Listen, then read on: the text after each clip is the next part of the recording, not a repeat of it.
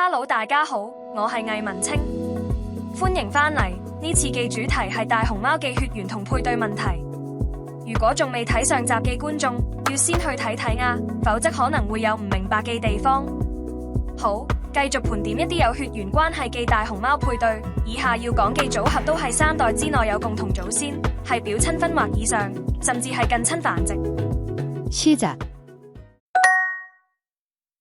福娃雄姓，2006年出生於中國大熊貓保育研究中心核桃坪基地，父母係盧盧、龍恩，有個孖生家姐福妮。鳳兒雌姓，2006年出生於熊貓中心嘅核桃坪基地，父母係武剛、菲菲。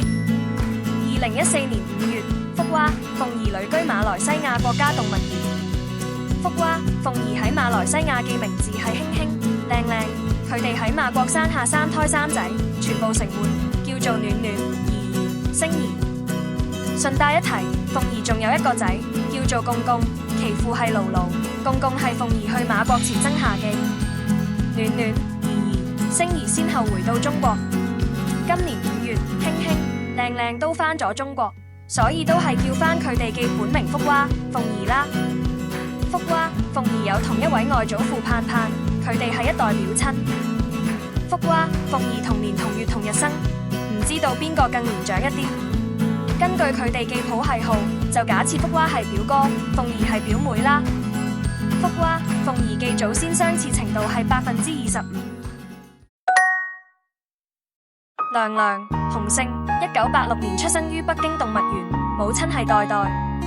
根據北動記大熊貓人工受精繁殖記錄，當時係用咗寶寶同流流嘅小蝌蚪去做人工受精，而最後譜系係以流流作為亮亮嘅副本。樂樂雌姓，1986年出生於北動，母親係丹丹。樂樂嘅女兒丫曾旅居美國孟菲斯動物園20年，前年先至回到中國。需要留意嘅係，丹丹、樂樂母女都係經人工受精繁殖出嚟嘅。1981年，北動用咗菲菲、流流嘅小蝌蚪嚟對娟娟做人工受精，然後娟娟生咗對孖胎，成活嘅嗰隻幼仔就係丹丹。最後譜系係以流流作為丹丹嘅副本。重點嚟啦，根據北動嘅人工受精記錄，1986年，北動用咗瑩瑩、寶寶、流流嘅小蝌蚪嚟對丹丹做人工受精，令丹丹生下樂樂。北動記大熊貓人工受精記錄並冇寫上公受同母受嘅譜系號。不過1980年代居住喺北動，叫做流流嘅雄性熊貓，我只知道譜系號106嗰隻。換句話講，北動就係用咗包括丹丹嘅父親流流在內嘅小蝌蚪嚟對丹丹做人工受精，最後譜系係以瑩瑩作為樂樂嘅副本。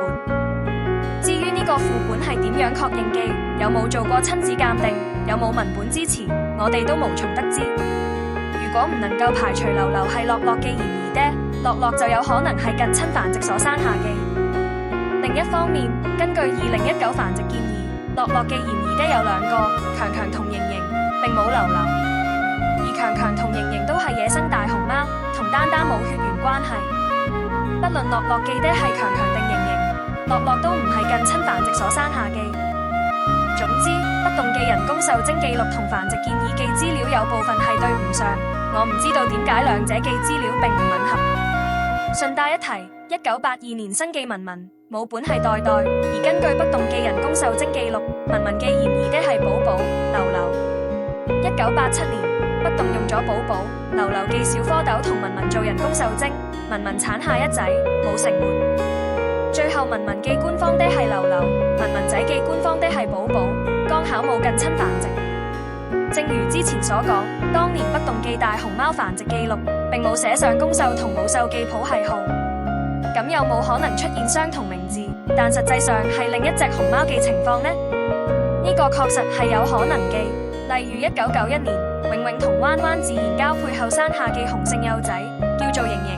呢個瑩瑩嘅譜系號係369，而1986年丹丹繁育樂樂時用咗瑩瑩嘅小蝌蚪，呢個瑩瑩嘅譜系號係149。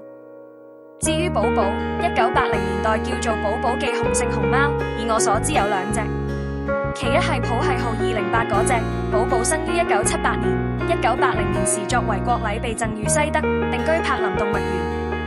另一隻寶寶嘅譜系號係150，寶寶生於1970年，1974年11月被發現於四川省寶興縣，之後往返北京動物園同保定動物園。1992年5月喺北洞離世，所以北洞嘅人工受精記錄上寫嘅公獸寶寶，好可能係同一隻，亦即係寶寶150。至於公獸菲菲，我唔認識菲菲，不過菲菲同菲菲同音。而1981年時，菲菲仲係居住喺北洞，1982年先至作為國禮被送到日本嘅上野動物園。我覺得菲菲有可能就係菲菲，當然我亦唔係一口咬定就係同一隻，歡迎大家留言補充同指正。好，翻嚟娘娘樂樂，其實娘娘樂樂丹丹嘅副本可能仲存在疑問，不過呢度就以譜系為準。去講述娘娘樂樂嘅血緣關係。丹丹娘娘嘅官方副本都係流流，娘娘係丹丹嘅同父弟弟，係樂樂嘅舅父。樂樂係娘娘嘅外甥女。娘娘樂樂嘅祖先相似程度係25%。娘娘樂樂生咗4胎7仔，成活5仔，叫做京京、京秀、京恩、京江、京維。娘娘樂樂同佢哋嘅仔女加以離世。小兒子京維活至11歲，喺娘娘樂樂嘅孩子之中已經係最長壽啦。上集講過美蘭同佢嘅5位太太，而家講美蘭嘅第6位太太星雅，雌性，2007年出生於成都大熊貓繁育研究基地，母親係二丫頭。星雅有個同母不同父嘅孖生家姐星容，星容嘅父親係科比，星雅嘅父親係冰星。冰星係製造咗星雅之後，先至同花嘴巴一齊旅居西班牙馬德里動物園。冰星、花嘴巴同佢哋喺西班牙生下嘅6個孩子，全部都已經回到中國。美蘭、星雅生下1胎2仔，全部成活，叫做星光、星辰。喺上集講過，星光同和風一齊出差至上海動物園，星辰同和魚一齊入住四川大相嶺野化放龜研究基地，進行野化放龜過渡訓練。美蘭、星雅有2組共同祖先，有2重親戚關係。喺6號果果家族，美蘭、星雅有同一位祖母冰冰，佢哋係一代表親，美蘭係表哥，星雅係表妹。喺強強、美美家族，星雅係美蘭嘅父親楊洋嘅表妹，係美蘭嘅表姑，美蘭係星雅嘅表侄。2條線加起嚟，美蘭、星雅嘅祖先相似程度係37.5%。洪斌同勇勇同係成都基地嘅總工，但洪斌同佢嘅太太們基本上都冇血緣關係，而勇勇嘅太太們大部分都同勇勇冇血緣關係。咁係因為洪斌嘅父親係永明，永明出生於北京動物園，然後被交換至成都基地，所以洪斌嘅父系血緣都嚟自北洞。洪斌喺配對時避開蘇蘇家族同林南家族嘅女熊就可以啦。勇勇嘅父親平平係陝西野熊，所以勇勇有一半秦嶺基因。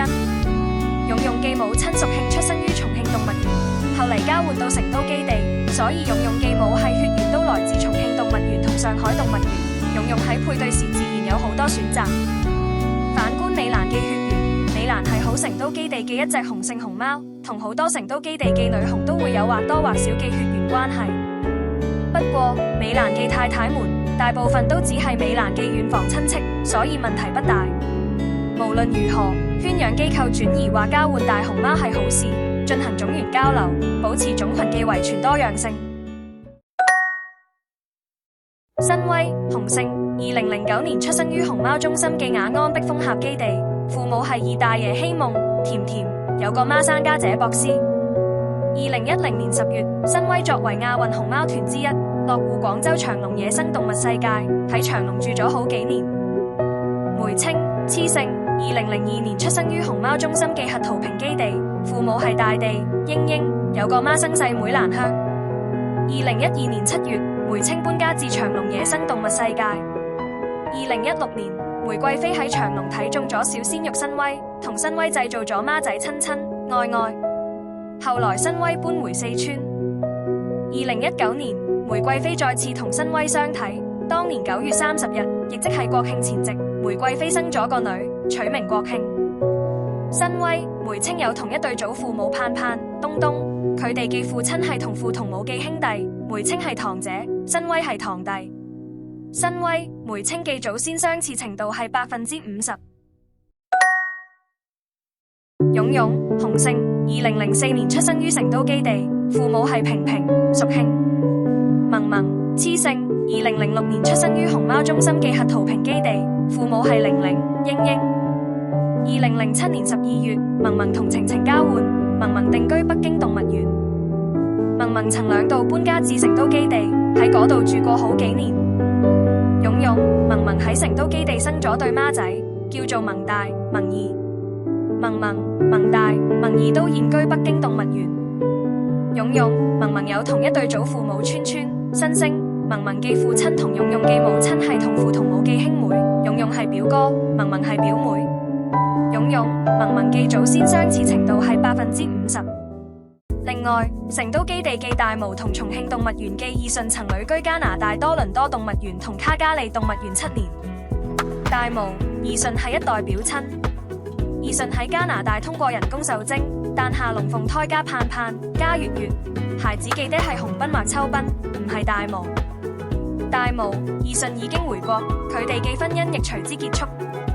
在下並不鼓勵表親分配，但新威、梅青、勇勇、萌萌呢種程度嘅配對，偶爾一宗半宗就算啦，畢竟人類都有表親分嘛。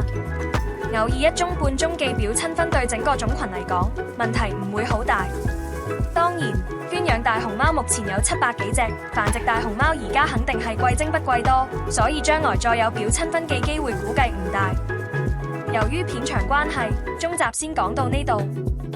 下集繼續探討大熊貓嘅血緣同配對問題，而且係比表親分更嚴重，配對明顯係觸碰到紅線。明天播出，敬請留意。如果中意呢條片，麻煩按讚、訂閱、留言加分享。你嘅互動會令影片更易被推薦，被更多觀眾睇到。感謝感謝，咁我哋下次再見啦，拜拜。